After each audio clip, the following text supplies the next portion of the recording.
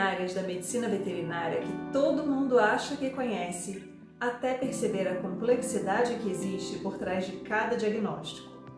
Mas o caminho na endocrinologia pode ser mais tranquilo do que você imagina.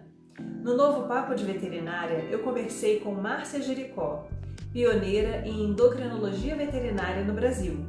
Falamos sobre as particularidades da endocrinologia, os pilares que sustentam um bom raciocínio clínico, os principais mitos da área, as doenças endócrinas que todo médico veterinário precisa reconhecer na rotina e os desafios enfrentados no diagnóstico e acompanhamento dos pacientes. Um papo essencial para estudantes, clínicos e para todos que querem aprofundar o olhar sobre a medicina veterinária além do básico. Vamos juntos?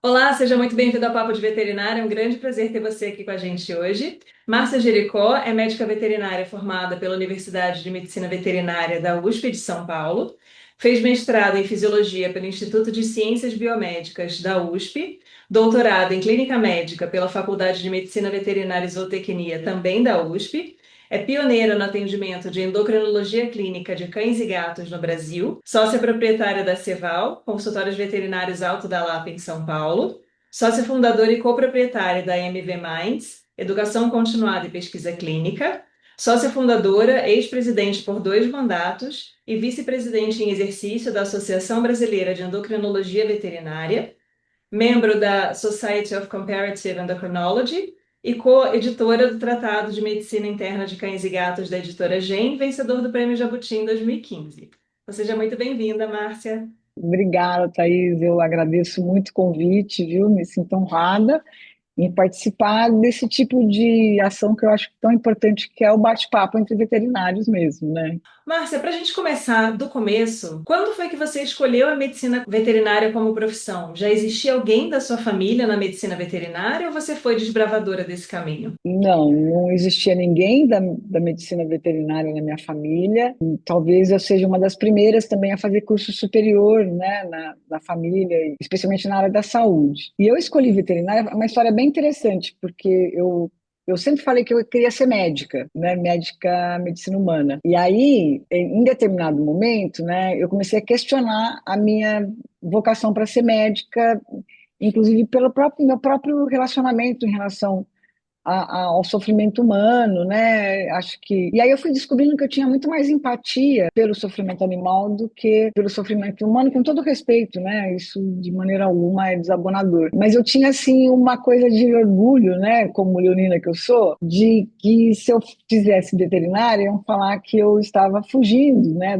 Do desafio que era entrar numa universidade pública, porque naquela época eram só as públicas, né? E aí o que eu fiz? Eu estudei, levei uns terceiro colegial, não passei, depois primeiro ano de cursinho não passei, prestando para medicina, mas no terceiro ano eu falei, eu vou prestar também para veterinária. Aí eu passei na veterinária da USP, né? Passei em Jabuticabal não, em Botucatu na medicina, na Unisa em medicina, na Santa Casa em medicina, e talvez não tenha passado na USP porque eu não tinha feito essa opção. E aí no último momento eu falei assim, eu vou fazer veterinária, né? Eu não quero fazer medicina. Foi um abalo na família, mas eu nunca me arrependi dessa decisão. Nunca, nunca, nunca. Acho que eu não seria uma boa médica e acho que não teria essa trajetória que eu tive se eu tivesse feito medicina. Eu me encontrei na veterinária, encontrei em todos os sentidos. Meus melhores amigos, grandes professores, uma profissão maravilhosa. E tratar de animal é uma coisa muito linda, né? Então, basicamente foi isso. A minha história foi fazendo de conta que eu ia fazer uma coisa e fiz outra. E quando você entrou no curso, você já tinha alguma área em mente para trabalhar? Você já tinha algum contato? Já tinha a questão dos animais de estimação que trazem um pouco daquele desejo de trabalhar com a parte de clínica médica? Ou você entrou bem aberta ao que a universidade poderia oferecer? Interessante assim, eu entrei bem aberta, mas com uma coisa que era meio romântica, que era mexer com exóticos, com silvestres, né, pets não convencionais. E isso eu entrei no primeiro ano firmemente decidida a fazer isso. E meu primeiro estágio foi depois do primeiro ano, entre o primeiro e o segundo, eu consegui um estágio no Zoológico de Brasília, que era onde eu achava que eu gostaria de trabalhar, né? E é um ótimo zoológico, mas eu percebi que o grande problema veterinário daqueles animais, eu acho que de todos os zoológicos, era justamente o cativeiro, né? As doenças nutricionais, as alterações de comportamento, as doenças de contágio também, né? Então, não é uma coisa que você pode mudar com facilidade, que você não pode transformar o mundo, né? E aí eu fui até o segundo, terceiro ano procurando, né? Grandes, também foi uma área que eu pensei, estagiei, eu sou daí de perto, sou de Barretos, né? Mas também era um ambiente que também eu achava muito restrito em termos de desenvolvimento profissional, né? E de conhecimento mesmo, de buscar cada vez mais conhecimento. Aí, quando entrou a semiologia clínica médica de pequenos animais, lá pelo terceiro, quarto ano, foi quando eu me encontrei. Me encontrei, falei, gente, é isso que eu quero fazer.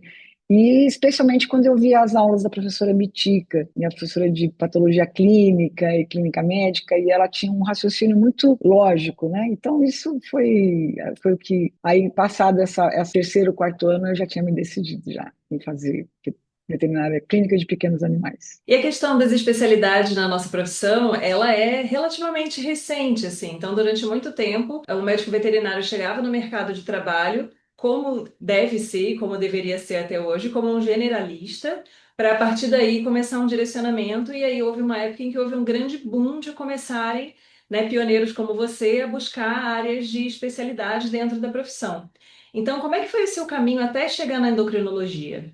Concordo totalmente com você, com a sua fala de que como deveria ser, né? Primeiro o indivíduo sai para o mercado como generalista e lá ele descobre a vocação dele, né? O que ele vai querer fazer, se ele quer fazer especialização também ou não.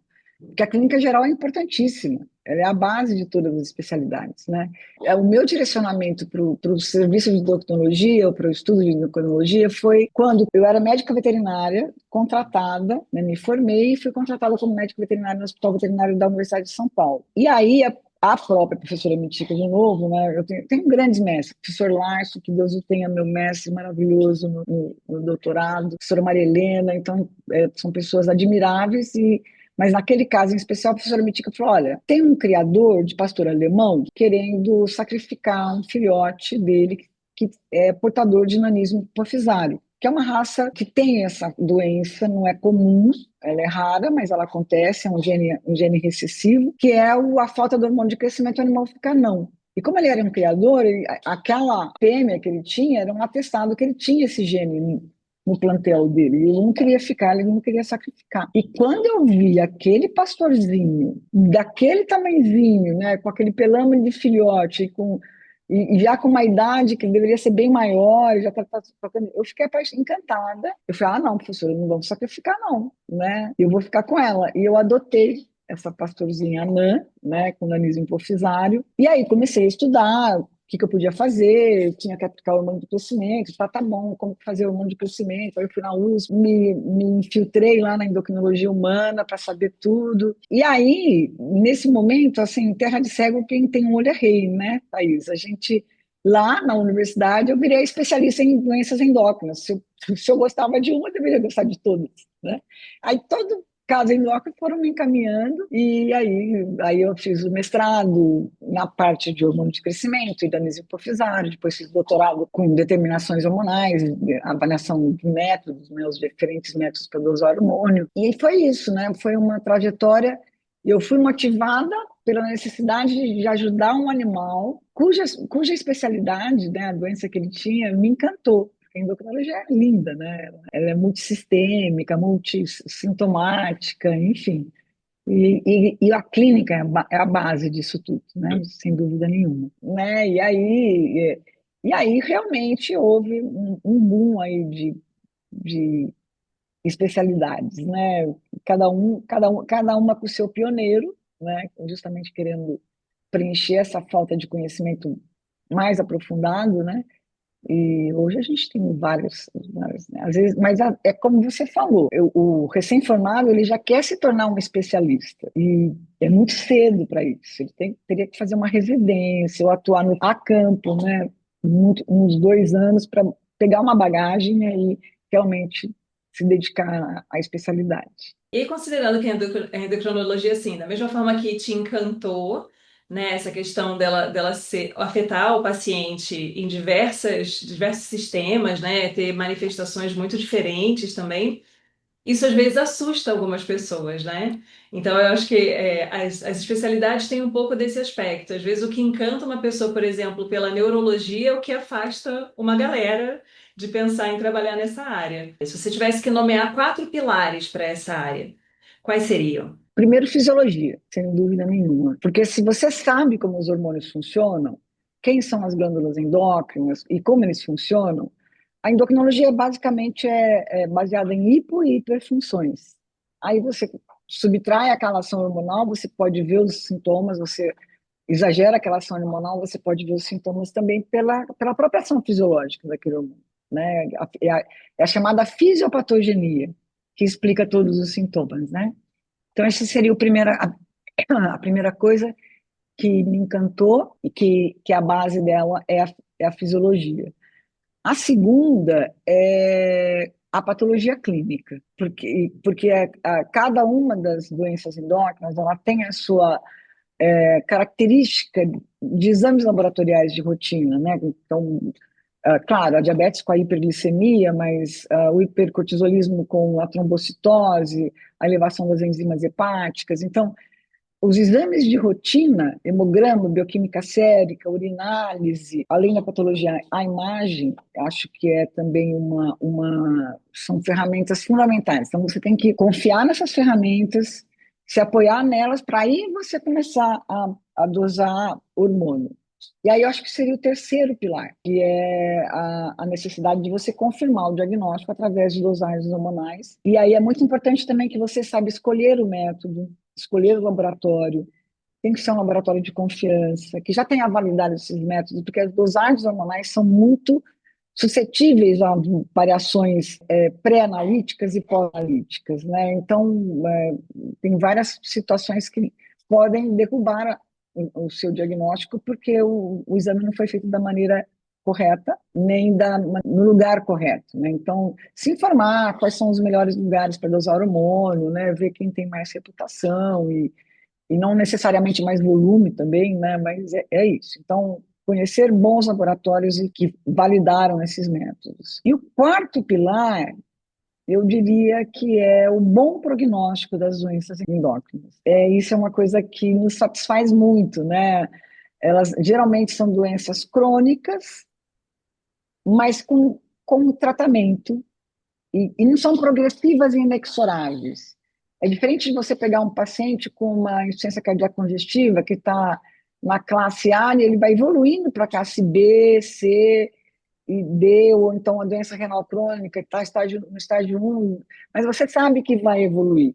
Ou como uma doença oncológica, que dependendo do diagnóstico, você sabe que ela vai evoluir, né? E o prognóstico não é bom, né? Claro, você pode sustentar um doente renal crônico por anos, mas provavelmente vai ser esse o grande problema dele. Então, as doenças endócrinas, elas são muito boas nesse aspecto, né? Você tem pacientes por anos, se tudo correr bem, né? Então, eu acho que é essa interface amistosa entre o endocrinologista e os pacientes e tutores destes, né? Que, se tudo correr bem, se você fizer as coisas certas, se o tutor colaborar, né? Você vai ter um panorama muito bom à frente. Então, eu acho que é uma especialidade para otimistas, né? Se você for otimista e sonhar, sei lá, crédulo, e for para oncologia, por exemplo, você pode não se dar bem, né? Enfim, é isso. Eu acho que é bem essa faceta que eu mais gosto. E aí, considerando que muitas áreas, principalmente para as pessoas ou que ainda não têm um conhecimento tão bem embasado, né, ou às vezes são até leigas no assunto, tem muitos mitos. Você poderia dizer para a gente 3 mitos da área de endocrinologia? Acho que, primeiro mito, que endocrinologia é complicado. Não é, não é. Né? Ela é uma especialidade linear em termos de raciocínio. Né? Ela não depende de decoreba, de memorização exagerada, né? É você interpretar. Eu espero que aquele indivíduo tenha essa doença, esses sintomas são resultados dessa hiper ou hipofunção, então eu vou ver isso no meu paciente. Então, eu acho que o primeiro mito é esse. tá? Quem gosta de fisiologia, quem gosta de clínica médica, não vai ter dificuldade nenhuma com a endocrinologia. O segundo mito, que é uma doença, que é uma especialidade cara, né? Que as doenças são caras. Não, não são, né? As principais doenças, hipercortisolismo, diabetes mellitus, né? Hipotiroidismo, né? Você sabendo como acompanhar esse animal e sendo também fazer uma forma de alfaiataria, esse tutor pode pagar todos os exames, esse tutor não pode pagar todos esses exames e adequar, né? Você não vai gastar tanto, né? A não ser que você saia atirando para todos os lados, o que não é isso que a gente espera. Os exames têm que ser direcionados, né? Isso é muito importante. E o terceiro mito, talvez falando de uma doença que não é endócrina, mas é metabólica, que é muito importante, que é a obesidade, que a gente atende tanto, né? É que por trás da obesidade existe uma doença endócrina. Ele é gordinho porque ele é hipotireoideu, ele é gordinho porque ele tem hipogonadismo, ele é gordinho porque ele tem hipercortisolismo. E quando não, a obesidade é uma doença por si só, uma doença nutricional e metabólica, e ela implica na exclusão, né, das outras doenças, e a bem da verdade, a esmagadora maioria dos obesos não tem doença endócrina. A grande verdade é essa, né? Eu costumo dizer que o sonho de todo gordinho é ter uma doença endócrina, mas não é, né? Ele é obeso mesmo, porque ele tem uma genética que predispõe, ele tem uma alimentação exagerada, ele tem afeto demais da parte dos tutores, então eu acho que esse seria o maior mito, né, focando das doenças endócrinas, e que é tão comum, né? Ele é gordinho, mas ele é fofinho, ele é gordinho, mas ele é saudável, e daí vai. A obesidade sofre uma série de interpretações errôneas. E Márcia, considerando que assim, eu não sei se vai existir algum viés, né, nessa pergunta, porque sendo você uma especialista, uma referência na área, provavelmente existe uma seleção dos responsáveis que são encaminhados para você para fazer o tratamento dos animais, assim. Mas você percebe, assim, alguma dificuldade quando a gente pensa, às vezes, na necessidade de solicitar exames para fechar esse diagnóstico, nos custos que isso implica, geralmente, para os responsáveis? Porque uma queixa comum das pessoas sobre a medicina veterinária é que tratar o animal é muito caro e que o veterinário pede muito exame. E aí, às vezes, é um pouco difícil a gente fazer as pessoas entenderem a necessidade de você ter um exame complementar para você confirmar aquela sua suspeita clínica e poder ter uma Uhum, maior assertividade no tratamento que você vai estabelecer para aquele paciente. E que muitas uhum, vezes isso vai exigir também um acompanhamento posterior, então não é dar um remédio para toda a vida e acabou, né? Você tem que acompanhar como está sendo a resposta. E eu não sei se está dentro da sua realidade atualmente essa questão dessa queixa que as pessoas têm de investir na saúde do pet, que muitas vezes a pessoa ainda vem com aquele discurso de que é um membro da família, mas ainda assim tem um pouco dessa barreira econômica quando a gente pensa nos tratamentos veterinários, principalmente os mais especializados. É uma pergunta que tem duas facetas, eu acho, duas realidades, né? Uma é a minha realidade atual, que eu sou especialista, trabalho no consultório particular, e quando o tutor ou o paciente chega no meu consultório, provavelmente ou geralmente ele fez uma via crucis. Ele já Uhum. passou por pelo menos um ou dois ou três ou quatro veterinários. Então ele está lá com uma, tipo, eu não digo última chance, ele está lá com, tipo, vamos ver se dá certo aí com a senhora, né? E se a senhora não resolver, não sei mais o que fazer, ou coisa parecida, como deve ser com todos os especialistas. E aí eles já estão abertos a novos gastos. Eles já estão preparados para uma nova investigação, para novos exames. Então, isso é o que eu vivo hoje, já faz um tempo, como eu estou só no consultório. Agora, uma outra realidade é o clínico de campo, e que eu também já vivi como veterinária de hospital-escola. Então, o tutor chega não sabendo o que o animal tem, ele não tem ideia do que o animal tem. Quando você vê aquele animal, você suspeita que ele provavelmente tem uma doença endócrina, e isso exige vários exames. E esse é de difícil convencimento, né? Esse é o pior, porque ele não está preparado para aquilo. Ele acha que é, mas não vai tratar, né? Não dá para dar um remédio e já resolver. E isso é uma grande dificuldade de comunicação mesmo, e que você tem que. E aí é nesse momento também que é importante que o colega, o veterinário, ele seja, você usou uma palavra que eu gosto muito, assertivo, que ele vá nos exames que são realmente necessários, né? E escamotear excesso de exames, né? Direcionar para aqueles que têm evidências maiores daquela doença para depois direcionar para a dosagem hormonal, entendeu? Para você não sair dosando tireoide quando o problema, avaliando tireoide quando o problema é adrenal, ou quando o problema é pâncreas, né? Então, é isso que é importante que o colega ajude nesse sentido, né? O tutor, ele está lá porque ele ama o animal, mas ele tem as limitações dele, né? Ele não estaria lá perdendo o dia de trabalho dele, passando o dia esperando na fila, se ele não precisasse disso, né? Ou se não valorizasse isso, né? Pensando em termos de mercado, né, a gente percebe que tem um pouco dessa ansiedade do aluno da medicina veterinária que já quer sair direcionando para uma especialidade. Ao mesmo tempo, a gente tem essa realidade dura das pessoas que saem fazendo plantão e virando noite, às vezes ganhando valores baixos por um trabalho que é bem pesado, tanto fisicamente, quanto mentalmente, quanto emocionalmente. Mas muitas pessoas se direcionam e ao longo do tempo vão fazendo cursos e vão se especializando e caem no mercado mais especializado da área.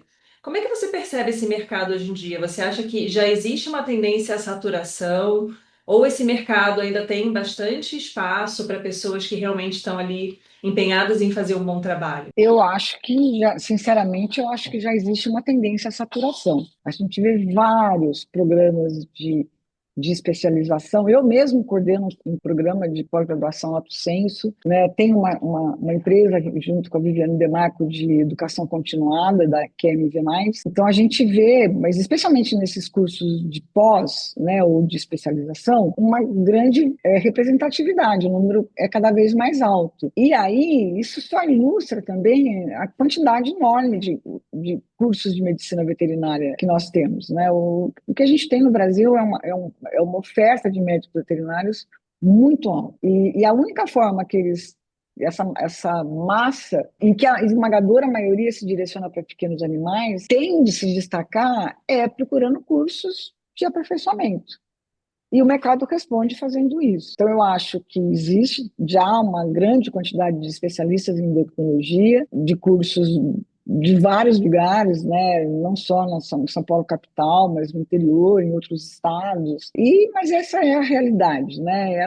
Eu costumo dizer, né? Se eu não coordenar esse curso, não, outros farão.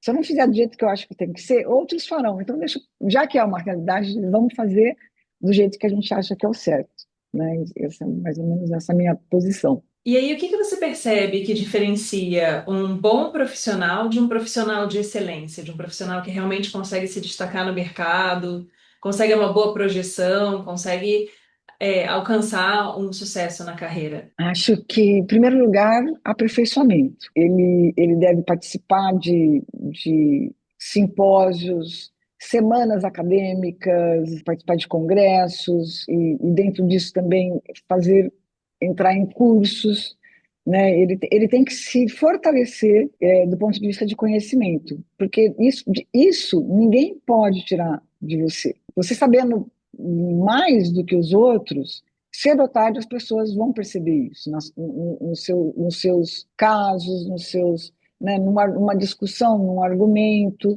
né, e você passa a ser respeitado no seu meio, né? Eu acho que esse respeito, em primeiro lugar, vem do seu próprio meio, como eu disse, frequentar cursos de pós, ou cursos de aperfeiçoamento, ir a congressos, ir a eventos, lançamentos. Ele deve estar sempre presente naquilo que ele for convidado, naquilo que ele puder fazer, porque ninguém é uma ilha, né? A gente tem que estar, você tem que ver e ser visto. Nessa proposta, eu acho que ele acaba se destacando lentamente, né? Uma vez eu falei para entre aspas, discípulo, que hoje é um grande profissional super respeitado na endocrinologia, eu falei, olha, foi meu aluno, né? Foi meu orientado, e ele fez mestrado, fez residência, fez mestrado. E aí eu falei para ele, ó, você vai começar a ver o dinheiro aparecer na sua vida daqui a uns 10 anos, quando ele se formou. E essa é a realidade da nossa profissão, né, Thaís? Uhum. Né, talvez não seja da medicina, que eles já saem, se quiserem sair dos grandes centros, eles já encontram bons empregos, bons salários. O nosso mercado é muito cruel, né? Ele é muito predatório, canibalesco, mas com o tempo você vai fazendo plantões, né? Eu valorizo mais aquele veterinário que no começo ele rala muito para poder pagar as contas, e aos pouquinhos ele vai encontrando espaço para fazer um curso, para fazer uma pós, para participar de um congresso, né? Mas isso com muito esforço, né? Do que aquele que sai, né, com boas condições financeiras e que já sai fazendo curso e não atuando na linha de frente. Eu percebo que assim, existe muito esse alto risco de frustração do aluno quando ele cai no mercado, porque existe uma expectativa de que a pessoa comece a ter um retorno financeiro para todo aquele investimento que ela fez nos últimos anos. Mesmo para quem estuda numa universidade pública, né, a gente sabe que até em termos de vida social, de saúde mental, é custoso fazer um curso integral como é a medicina veterinária. E para quem Com razão. estuda em faculdades particulares, ainda tem, às vezes, um pouco até de uma expectativa da própria família de que aquele investimento vai retornar em um curto prazo. E aí a gente perde um pouco dessa percepção de quanto tempo é necessário para, de fato, a gente começar a se fortalecer, a ter uma boa base de conhecimento e ter uma boa inserção no mercado, de maneira que a gente comece a olhar aquele salário que cai ali e falar, pô, está Está começando a ficar começando a ficar. interessante, né? Exatamente. É bem E isso mesmo, né? E você falou uma coisa muito importante, especialmente na faculdade particular, que é a cobrança da família. Porque muitas vezes o que foi pago de mensalidade não é o que ele ganha nos primeiros anos de trabalho, né, por mês. Isso é uma coisa que, para os pais, né, para os mantenedores, às vezes fala, puxa vida, né? Será que ele está indo bem?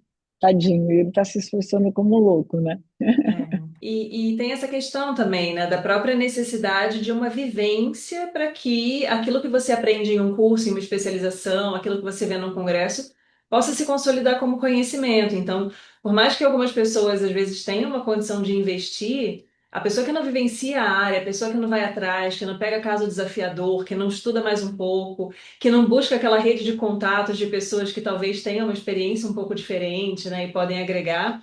Às vezes ela acaba não evoluindo tanto quanto aquele que ralou bastante para conseguir pagar uma pós-graduação, uma especialização, mas fica na linha de frente para a todo momento ali se expondo a casos desafiadores e às vezes até um pouco mais complexos, né? Então, É, eu acho que que tem é um onde ele vai pouco. aprender, né? Que é onde ele vai aprender Sim. realmente. Uhum. Exatamente, assim, eu acho que a gente fica um pouco nessa expectativa de que vai sair da faculdade e vai lembrar do que a gente assistiu nas aulas e vai usar aquilo e está resolvido. E, na verdade, é a repetição, é a exposição Uhum. contínua àquelas situações que vai fazendo a gente lembrar de cabeça uma frequência cardíaca, respiratória, né, um eixo hipotálamo-hipófise, né, para a gente poder ali e se desenvolvendo e tendo mais facilidade nos casos. Assim. Considerando essa questão da própria casuística, quais seriam doenças assim que você acredita que todo médico veterinário, independente de ser especialista ou não, porque o especialista tem que ter uma gama até um pouco mais, né, abrangente aí de doenças que ele conhece um pouco mais. Mas o clínico geral, assim, que ele precisa ter um bom conhecimento quando a gente pensa na parte de endócrino. Se eu fosse listar três doenças, tirando a obesidade, né, que a gente já comentou, sem dúvida nenhuma, a diabetes mellitus, que é a mais emblemática de todas, e que o colega é o tempo todo questionado.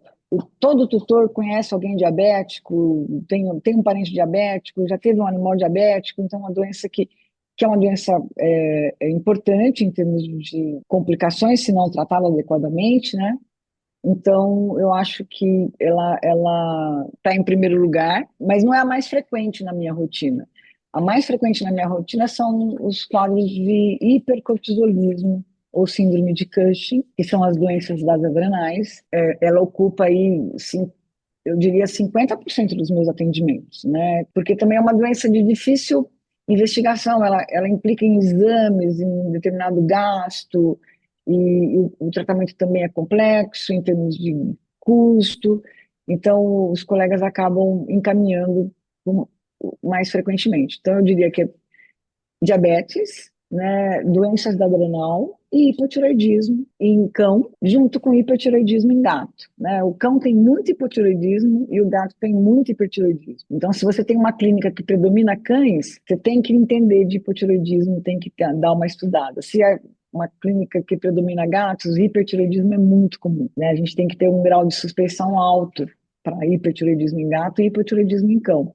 Mas eles são menos frequentes, né? Não o hipertireoidismo em gato, mas o hipotireoidismo em cão é menos frequente para nós do que a diabetes e a doença do adrenal, o hipercortisolismo. E aí, considerando um aluno que tem vontade de atuar nessa área, já tem o olhar para endocrinologia, já tem esse interesse, às vezes já faz até uma monitoria em fisiologia ali, o que que você recomendaria, assim, como passos importantes na formação de uma pessoa que quer atuar nessa área? Primeiro, acompanhar uma rotina de uma clínica endocrinológica quando ele puder fazer estágio, né? Então, geralmente, a partir do terceiro, quarto ano, você já pode procurar estágios em lugares, né, onde você estuda, o aluno, por exemplo, da universidade pública, geral, ou da universidade particular, tem um hospital veterinário. Você pode se engajar nesse atendimento desde o segundo, terceiro ano, como enfermagem, depois como na parte clínica, clínica médica, clínica cirúrgica. Então, no momento de formação, participar, e se você perceber que tem uma especialidade que você gosta, ou que você tem curiosidade, você participar desse serviço, né? Também, no estágio curricular obrigatório, procurar especialistas naquela área, né? Então, o estágio curricular obrigatório é uma oportunidade excelente dentro da grade curricular das nossas escolas, que ele fica aí um semestre andando, né, por vários serviços. E aí, se você tem curiosidade sobre endocrinologia, se você gosta de endocrinologia, você tem que estagiar pelo menos nesse período uma vez em uma clínica ou um serviço de alta rotatividade endócrina, né? Então, para você ver se você gosta mesmo ou não, né? Eu já tive excelentes estagiários e que viraram gastroenterologistas, Uhum. né? Então, assim, eu perdi. O neurologista, eu perdi esse. Que ele É frustrante passeou, quando isso acontece, né? é, porque ele passeou, né? Ele viu vários serviços e gostou mais de um que não necessariamente é endócrino. É, a gente na academia passa por essas experiências, né? Às vezes a gente tem um aluno, um estagiário, e fala, nossa, esse vai ser um excelente residente. Aí a pessoa pega e vai para outra área e você fica assim, volta. Isso é E mais, verdade. né?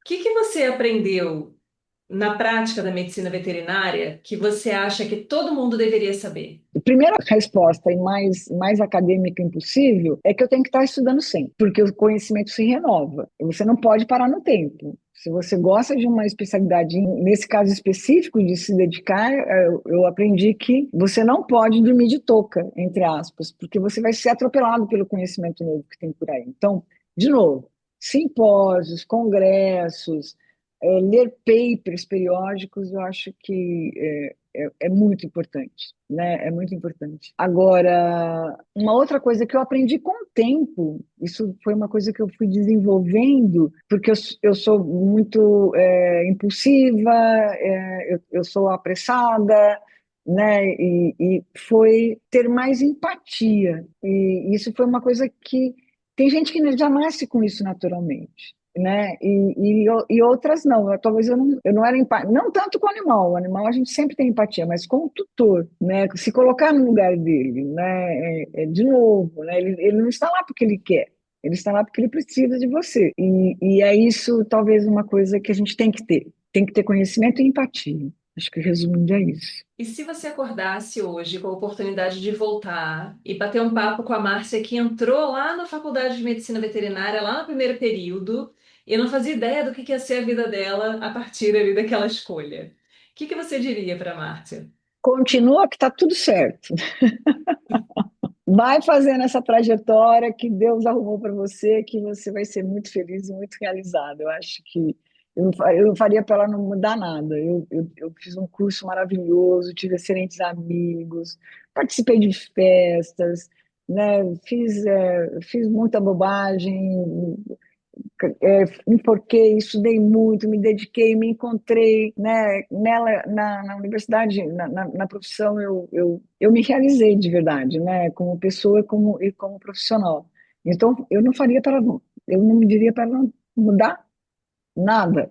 Foi tudo muito espontâneo, né? E ao mesmo tempo deu tudo certo, graças a Deus. Eu acho importante, assim, essa possibilidade de recapitular, né, o caminho que a gente fez, porque eu já tive a oportunidade de estar em mesas redondas, assim, que os alunos falaram, não, professora, mas a época que você se formou, você tinha mais certeza de que... Eu nem deixei ele terminar, eu falei, meu amor, a gente não tem certeza de nada na vida. 100% das nossas escolhas são basicamente no escuro, você sabe o que tem para trás, para frente, a Deus pertence. Então, assim, a gente tem que fazer apostas, né? A gente tem que direcionar o nosso esforço para conquistar aquilo que a gente deseja e entender, às vezes, quando aquele caminho não é para gente, porque acontece também, né? Da gente se deparar com momentos ali que você fala, cara, eu tô insistindo tanto, mas está sendo tão difícil, talvez não seja exatamente por aqui que eu devo É, ir. E eu acho que um grande problema que a gente tem enquanto ser humano é essa necessidade de ter certeza das coisas, né? Às vezes, ficar nessa ansiedade de querer fazer sempre escolhas acertadas, sendo que, na realidade, é 100% aposta, né? Você é, faz tudo o que é, você pode, e aí o resultado geralmente não depende apenas daquilo que a gente dedique, que a gente está disposto a fazer. Então, assim, eu acho que é importante olhar para trás e sabendo que mesmo quando a gente tem, né, às vezes mudança de trajetória, desafios grandes, momento que a gente às vezes cansa um pouco e de repente fala, "Ai, será que era isso aqui mesmo?" Depois a gente retoma o fôlego e vê que está tudo bem. E a medicina veterinária é uma profissão maravilhosa, assim, né? com certeza, com certeza. Sem dúvida nenhuma, apoio em gênero, número e grau. E você deve ter, assim, uma ampla coleção de casos desafiadores, curiosos, né, dentro da sua trajetória, assim, eu acho que, principalmente dentro de uma especialidade, de vez em quando devem acontecer coisas meio atípicas e estranhas.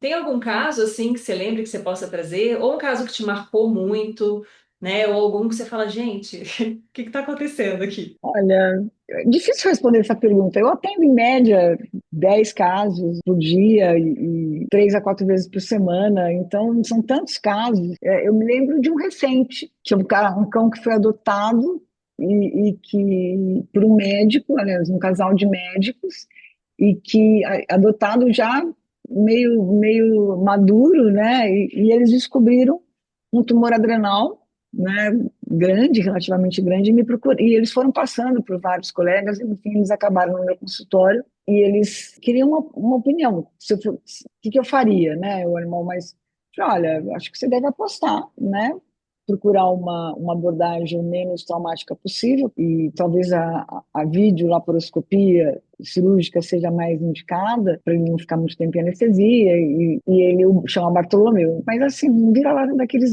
5 estrelas, né, grandão, mas e eu achei muito bonita a atitude do casal, que já tinha 3 cachorros, pegaram ele na rua, sabendo que ele era velho, provavelmente tinha problemas, e ele foi operado. E outro dia eles colocaram no Instagram o Bartô, que antes era completamente puxingude, barrigudo, com alopecia, magrinho, abdômen, né, assim, murcho, e brincando na creche, pulando, correndo, como se fosse um jovem. E isso foi uma cura, porque era um tumor unilateral, retiramos e foi retirado, né, graças à habilidade do cirurgião também. E esse foi o caso que mais me emocionou, né, nos últimos meses, que eles apostaram, deu certo, graças a Deus, e o final foi feliz. E é isso que define bem a doença endócrina. Quando bem abordada, ela tem um prognóstico muito bom, né? Então, isso é bem legal. É isso, mas nada, tchan, não é um caso raro, Sim.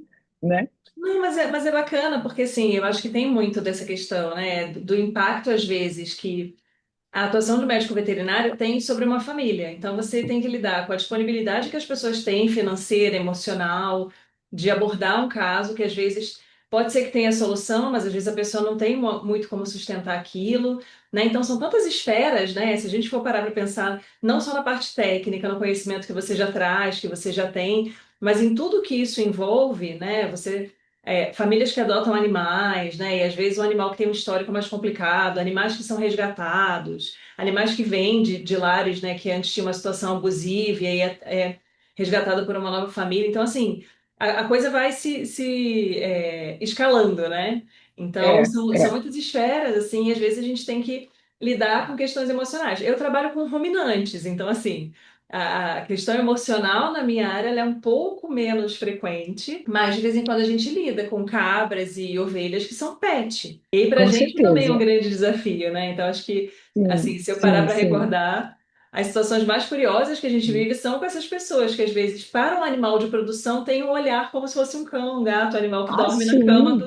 da pessoa, né? Né, e quando devidamente tratados, eles são pets mesmo, né? Eles se Sim. comportam como tal, né? Não, está Muito no rol dos bonito. meus sonhos um dia ter uma cabra de estimação, porque eu adoro cabras. Enfim. Eu tô vendo pelos Projetos para o bonequinhos futuro. atrás. Eu tô vendo aqui pelos bonequinhos atrás da sua estante. Aham, Ela gosta de cabras. eu gosto. E aí, Márcia, se a gente fala muito sobre a profissão, né? E é o foco principal do papo de veterinária, obviamente.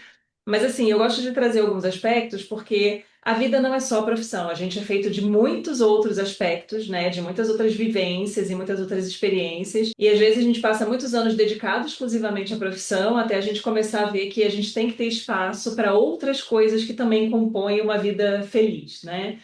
Então, nesse aspecto, eu tenho perguntado para os meus convidados se eles têm algum hobby, alguma coisa assim que eles gostam de fazer, que dá uma desanuviada, né? Que torna aquele dia mais leve, aquela vida mais bacana, assim. Você tem algum hobby, alguma atividade que Ah, você eu gosta de tenho. fazer? Eu tenho dois hobbies que envolvem veículos de duas rodas. Eu amo andar de bicicleta, sempre andei. Inclusive, quando eu era aluna, eu ia de bicicleta para a universidade, né? Eu moro em Pinheiros, é perto da cidade universitária.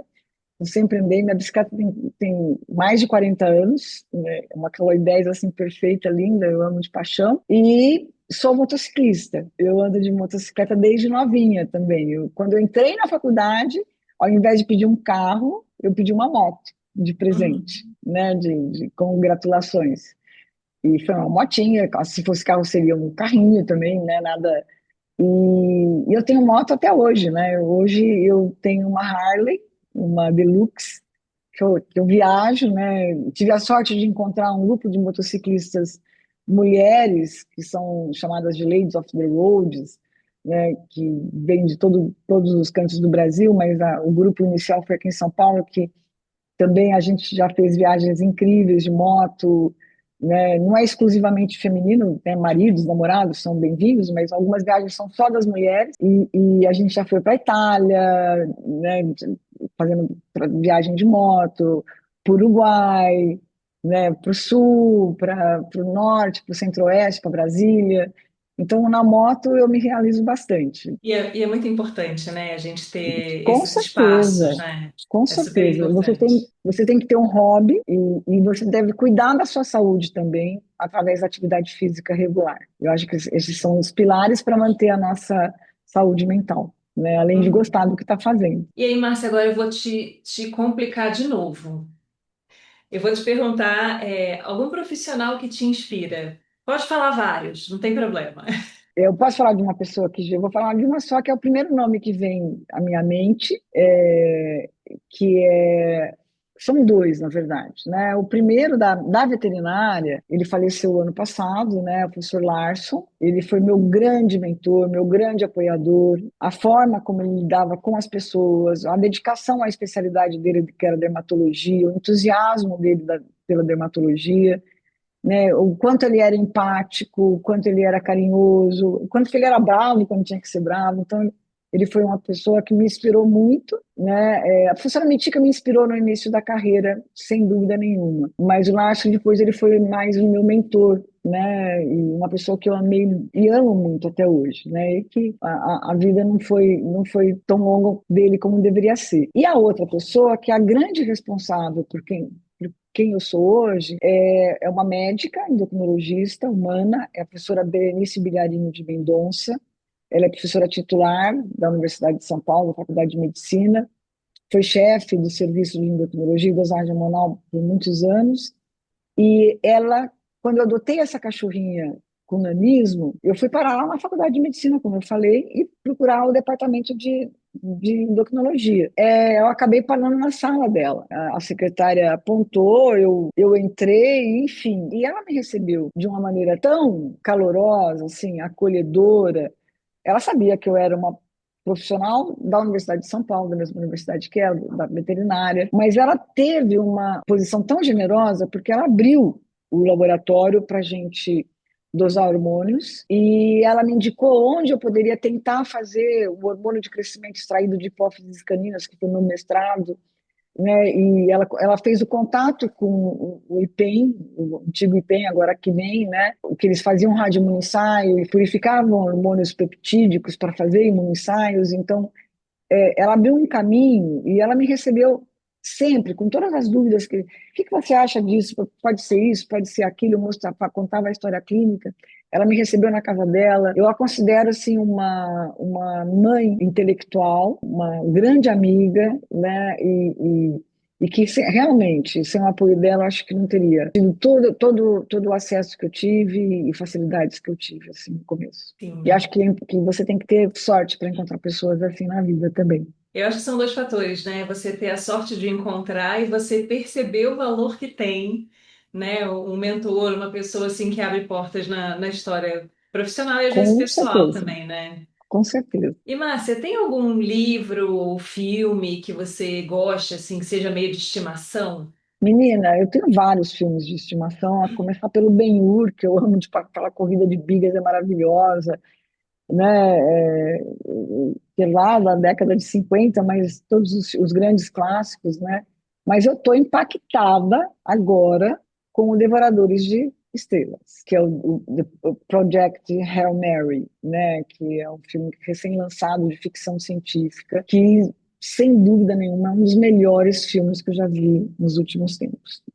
Produção, caracterização, trama, lições de vida que ele te dá. Ele não é um filme de ficção científica, ele é um filme que transcende muito isso. Então, eu recomendo a todo mundo assistir. Quem não assistiu deve assistir, que é muito legal mesmo. E Márcia, para a gente fechar nosso papo, você gostaria de deixar alguma mensagem final para o pessoal que está assistindo aqui com a gente hoje? Mensagem final que eu dou para todas as pessoas que me perguntam o que você me aconselha na medicina veterinária?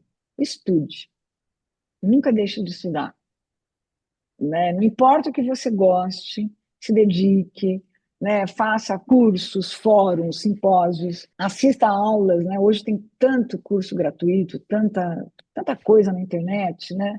Mas nunca deixe de estudar, de ler um paper, de ler um capítulo de livro, né? Como é que era, qual que era mesmo aquela doença, como é que ela era, como eu faço para diagnosticar, porque a gente não sabe tudo o tempo todo, né? Então é estudar. Basicamente é isso. Márcia, queria te agradecer demais pela sua disponibilidade de estar aqui com a gente hoje. Eu fiquei muito honrada quando você aceitou o convite, né? A Imagina, que gente isso. gostaria de, né, reforçar para o pessoal que está aqui com a gente hoje, lembrar de fazer aquele checklist do YouTube, né? Curtir, compartilhar, comentar, enviar para o pessoal que tem interesse na área. E deixar aqui, né, a mensagem de que na próxima semana a gente volta também com outro médico veterinário falando sobre a sua área de atuação. Até lá! Obrigada, Thaís. Eu só tenho a agradecer a honra de estar aqui, participar desse teu projeto, que é muito legal também para todo mundo. Foi um prazer.